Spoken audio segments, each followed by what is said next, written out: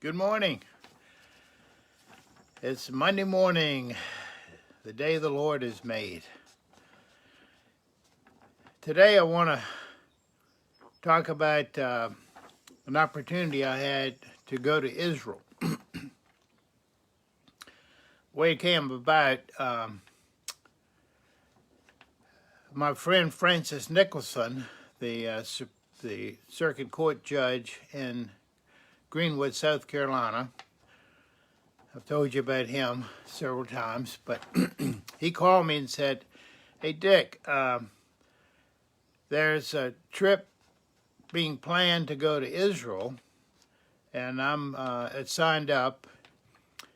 And there was a limited number of people, but one of the men have just dropped out, and my friend Jamie Buckingham just called me and asked if I knew anybody that I thought would be interested in going."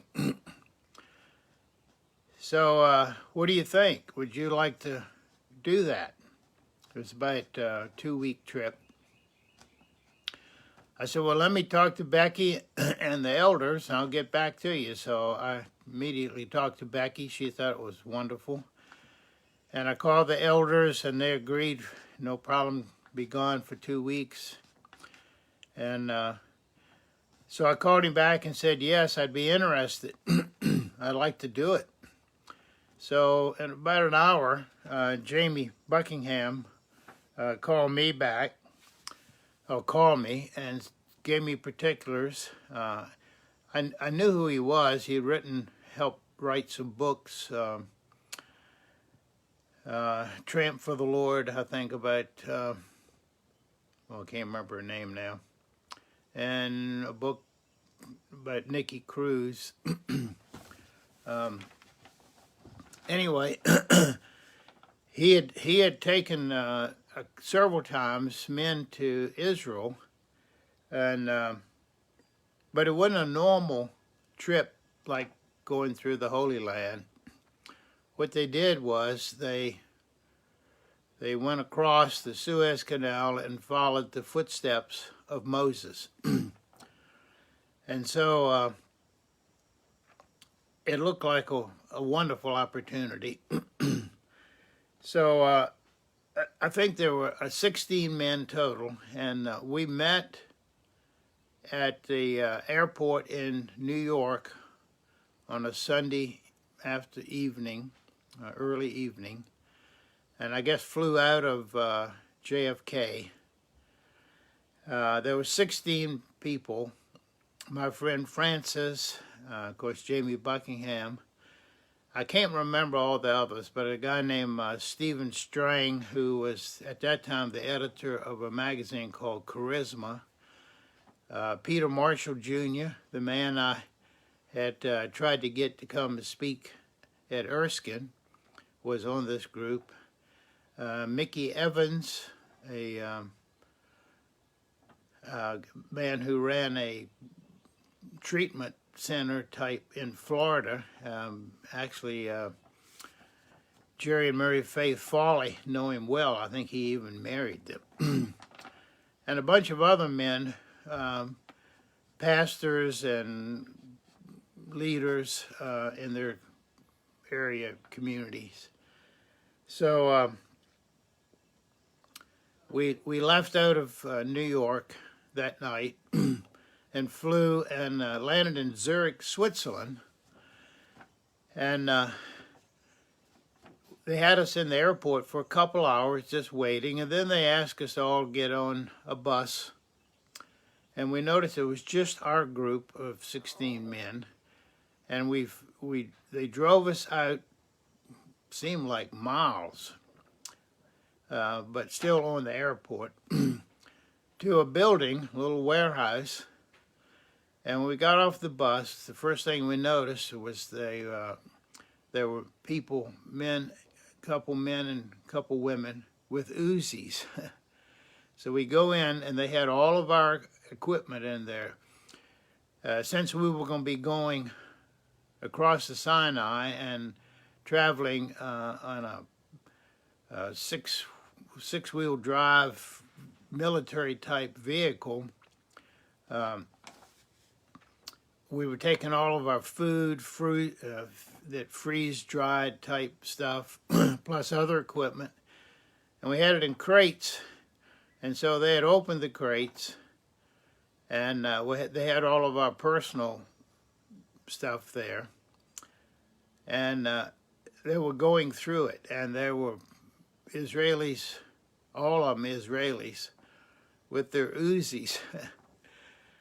Jamie Buckingham, and most of the guys had grown beards. They had on not fancy clothes by any means. We looked like we could have been bad people, and they were nervous. So they were opening the supplies, and they opened a lot of the even freeze-dried stuff, which wasn't really a good idea. But they did have some bags that could put it back in. And Jamie said, "Don't make any jokes, fellers." He said, "These people aren't, they don't have much of a sense of humor. Be careful. Just do whatever they say." So one of them opened I had a backpack.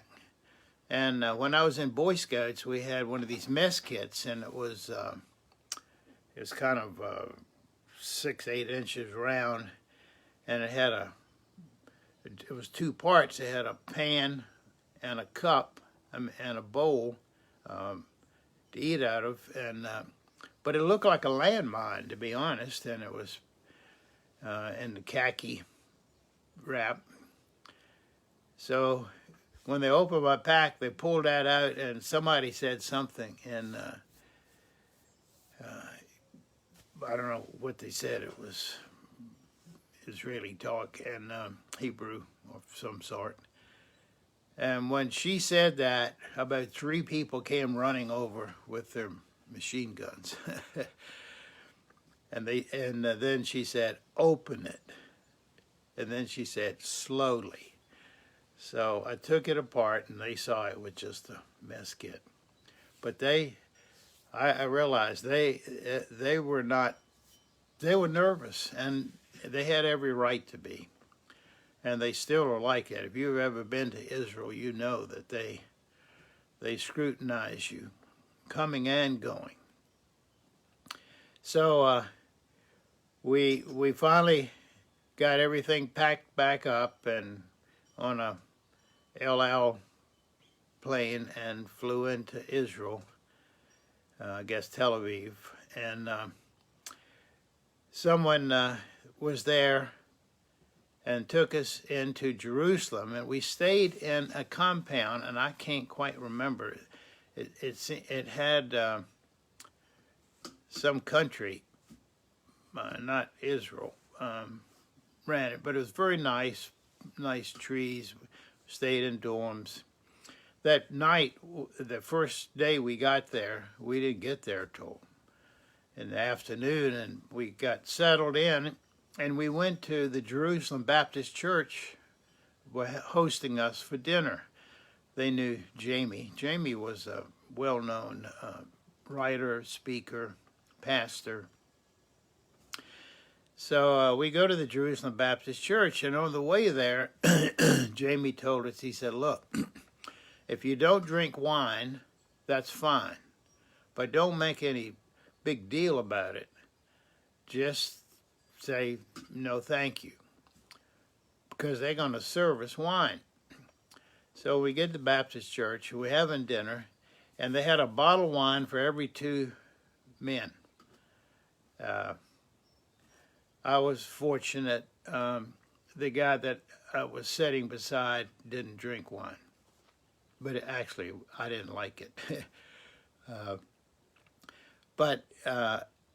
So we had dinner. Then the next morning, right after breakfast, Jamie had a guy named Lance Lambert to come and talk to us. Lance Lambert was a Jewish man himself, although raised in England, and a wonderful, wonderful Bible teacher. In fact, if you have an iPhone after this today, I want you to ask Siri to tell you about Lance Lambert, and she'll bring up some stuff, and on that you can there are things about his testimony, about his writings. There is a audio testimony of Lance Lambert. It's about an hour long, and you should hear it.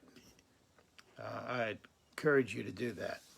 So anyway, Lance Lambert, for 2 days, taught about, excuse me, the Israelites coming out of Egypt and going through the Sinai. He taught 2 days. Each day it was like 8 hours, and it seemed like minutes. He was a wonderful teacher, and we didn't go anywhere. I mean, we didn't tour Jerusalem, even though we were in Jerusalem. Those 2 days were just preparation for going through the Sinai. We put our freeze-dried meals in order, how we would eat, and labeled. And so after 2 days of teaching, then I guess we got there like on a Monday. He taught Tuesday and Wednesday, and Thursday morning, or last Wednesday evening, we packed up this vehicle, and we had an Israeli guide who was also the driver. We started out on Thursday morning, early in the morning. It was actually still almost dark. It was kind of dark when we left. And the first stop out of Jerusalem, we wanted to go through Beersheba, the old city, just to see that, and before we took off across the Sinai Peninsula. So we got to the outskirts of Beersheba. It was probably about 8 o'clock, 7 o'clock, 7:30. It was light then. Now Beersheba is probably the place, at least at that time in '79, where the Israelis had the nuclear stuff. So there were guards, and so we come up in our truck, and it looked like a military vehicle, and the guys looked like, you know what. So they asked where we were going. They said we wanted to go see the old city, and the guard said, you can't do that. So a couple of the guys were talking to him, could speak Hebrew, and they kept talking, and finally he brought his commanding officer over, and they were talking to him and trying to talk him into letting us go see the old city. Finally, you could tell he got tired of this, and he said something, and the guys cocked their Uzis. When they did that, Jamie said, "Hey guys, I don't think we're going." So we got back on our vehicle and headed across the Sinai. And it was a good thing we had a vehicle like this, because there weren't good roads. So anyway, we just drove across. It took a while. I don't remember how long. But the thing I remember is we went up this little hill, and when we did, about 200 yards in front of us was a huge ship. We had reached the Sinai, the Suez Canal, and a ship was going through. It was like, I can remember seeing it so clearly. It was just wow, all of a sudden. And even though it was 200 yards, it looked like we were on top of it. So when we got to the Suez, that's when we turned and started tracing the footsteps of Moses. And I want to tell you about that, starting various things tomorrow. But it was a wonderful experience, and from it, many, many, many things happened. But I want you to go listen to Lance Lambert. He was a great Bible teacher, friend of Derek Prince. They were contemporaries, and with his British accent and his knowledge of Israel, I think what's on the tape on the if you go to on the iPhone, it's going to be his testimony, which is quite interesting. The Lord apparently spoke to a couple of you recently, and they commented back to me that about writing down things that God has done in your life, so you can pass them on to your kids and grandkids, things your kids don't know. But the scripture said that one generation is to basically pass on the acts of God to the next one. They need to know. Special things happen in your life, and things that affected you and has influenced your kids as well, even if they don't know it. So it's worth doing it. It's proper. It's biblical. This is the day the Lord has made. We will rejoice and be glad in it. He's a wonderful God who loves us and will take care of us. His mercy is forever. Love you. Talk to you tomorrow. Bye.